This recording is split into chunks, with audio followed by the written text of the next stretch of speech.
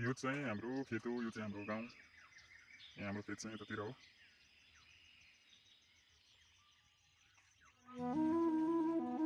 यो चाहिँ सुगाता भन्छ, सुगाता छ है टिनको हाम्रो।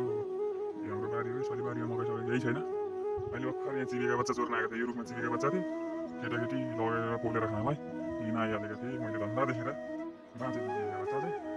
अब यिनीहरूलाई के गर्ने हो थाहा छैन। यिनीहरूलाई पनि गर्ने देख्यो भने लगेर पोलेर खान्छन्। बिजोग छैन, केटाकेटीले देख्न हुँदैन, लगेर खाइहाल्छन्। यो चाहिँ हाम्रो गाउँ। यति चाहिँ हाम्रो सुक्लाई भन्ने यहाँ हाम्रो बारी।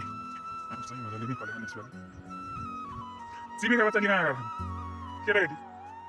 कहाँ लानु नहुँदा कहाँ लानु ढाड भाँच्छ नि हाम्रो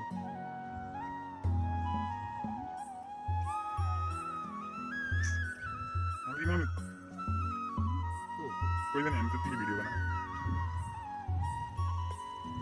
यसो भिडियो बनाएको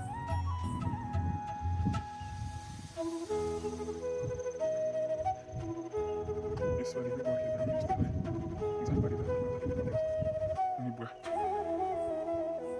निबुवा यो राम्रो के हाम्रो गोठ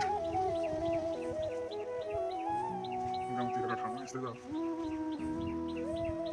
टिकलहरू छन् हाम्रो चाहिँ एउटा भैँसी, एउटा पाडो। भैँसी चाहिँ 2 लाखमा बिक्रीमा छ। र खसीहरू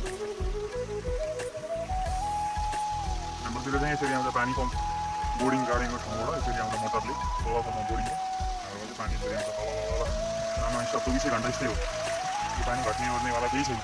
त्यही त धान यस्तो छ, त्यही पानीको कारणले गर्दाखेरि